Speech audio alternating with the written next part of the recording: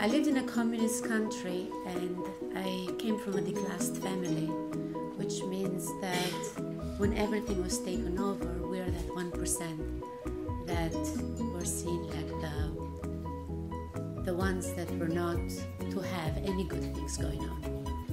And then my father was the volleyball coach of the national team of my country, and my mom was the declassed family. So we hid our surname and we only showed our father's side. And this hiding became like part of our existence. We always would not tell what we were, so people could treat us like equals.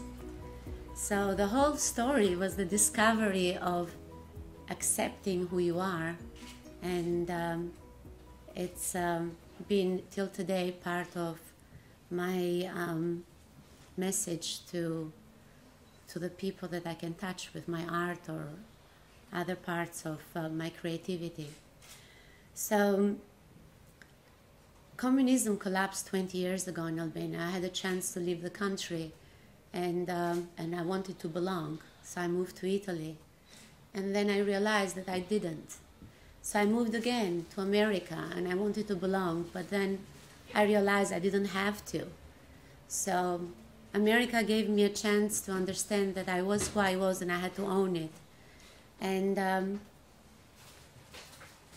I decided to stay in America and not go back to Italy, where I was a volleyball player, and I was a really good one. And there, besides being a volleyball player, I was a model. During the summer, I was doing a fitting for Blue Marine and Para off limit. And I would travel all over Italy doing fitting. So when I went to America, I decided that I wanted a new identity. I wanted to be somebody that can share a story of struggle and growth, because it is very hard to come from underground when you're hiding and hiding, and then coming up and you're like, yes, I can be free now, but what do I tell? You don't have a story anymore. So I, just by chance, I'm passing by a store in South Beach, and they have an offering for a job. I was like, maybe I should stay in this country. And then I started with $5 an hour in a vintage store, secondhand. And I told to the owners of the store, would you like me to change those clothing? You know, they are just kind of old style. And thanks to my background in Albania, I knew how to sew and how to cut, but I didn't know it was something special. Everybody does that there. We're a poor country, we all sew our clothes. And it took me around 3 months to create a collection of Pucci and Dior fabrics with the new styles I had just modeled 6 months before. And the beauty of America, or maybe the new me, the freedom I allowed to come to me, was that Elena Christensen passes by and loves one of my dresses. And then Cesare Pacciotti passes by. It's South Beach, everybody passes by. And likes a pair of pants that I'd created. And then Evangelista happens to pass by and gets another mini skirt with a little lace on the bottom. But I didn't understand, because I was an Albanian girl. I didn't understand what celebrity means. And I didn't even bother to take a picture. I have one with Cesare Pacciotti, but I didn't understand. My English was really broken. And I was just trying to stay in America. I needed some papers. So my desires were very humble. And then a friend, a girl that was a dancer, passes by, and she's like, would you like to make our outfits for New Year? I was like, of course I'll make them. They wanted them shiny and sexy. And so I played with them, beautiful Spanish bodies. They were dancing. The club is called Mango, very famous. So I did these 18 outfits. And the 18 outfits got in a movie around South Beach. And then they called me into an interview, and it started escalating little by little. So I got really ambitious. So I thought I'm going to hire myself a seamstress so I could just design, so the seamstress could sew for me. So this was really evolutionary, because I'm coming from a communist country. Nobody works for you.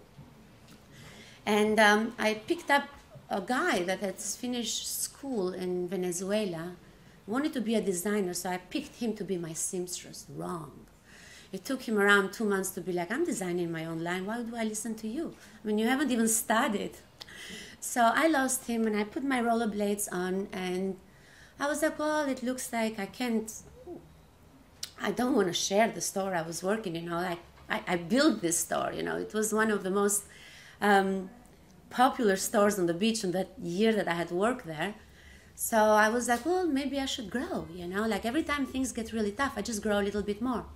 So that was me putting my rollerblades on in my vintage bag, because I used a lot of vintage stuff, and went store to store. And I went from the best one.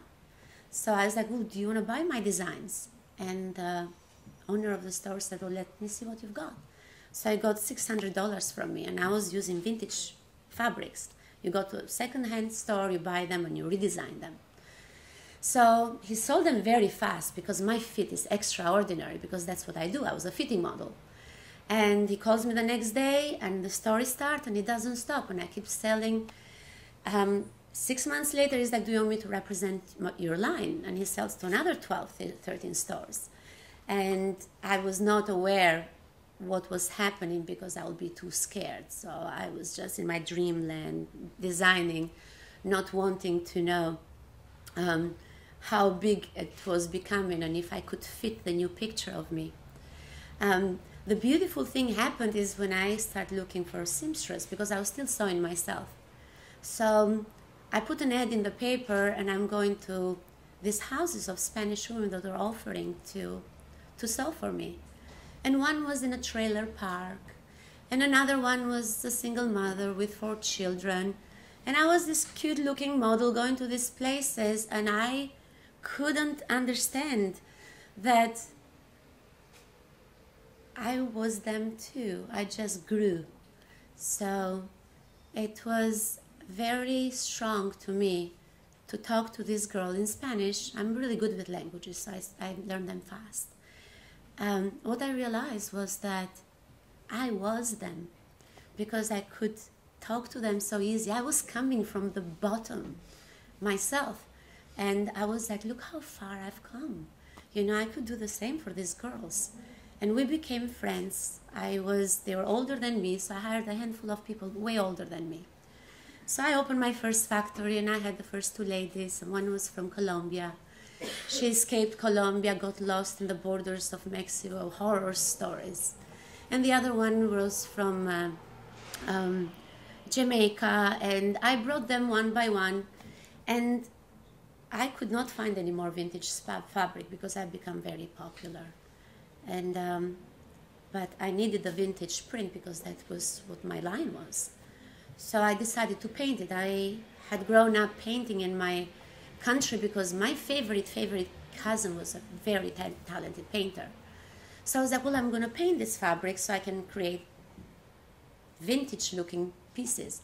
So I go to Michael's, which is a giant store that sells fabric paints, and I find some paint, and I'm painting the dresses so I could sell to the store. And I created a butterfly top that I had to train my ladies to paint. So the butterfly tops was in 2000. I sold quite a bit of those tops in a trade show, and that was the giant launch of my company. A group bought these tops and did a video music. It's called the Eden Crush, the group. So it launched our brands, and I had to hire another 20 ladies. And then I had to teach them how to paint. And what I realized was that I didn't have to have people with a profession, because I had realized that I could train better people that were without an idea what's going on, people that didn't know how to paint, so I could teach them. So I got girls from the street, people that needed, people that didn't have a profession, didn't have a job, depended on a husband, or depended on the government, because I had created something that did not exist at all. So why not teaching somebody that has no education at all? And so that is how it started, the whole story. I have a huge factory now, 16,000 square feet of rows of tables of people that paint. And they come from the street that have no idea. It takes me around 3 to 6 months to open their right brain of how they can actually create by just blurring their eyes. You know, clarity does not allow you to create, but if you actually can be blurry enough, like I was being an Albanian girl, because I didn't want to own what I was, because I wasn't daring doing that, I would teach them how to create. And as I said, my father was a volleyball coach of a national team, and so is my mom, a basketball coach. And my brother is a volleyball coach in Italy. He just won 2 years in a row the best coach of the country. So I was a coach already. That's my background, my university as well. So I am going to teach these girls to own a profession.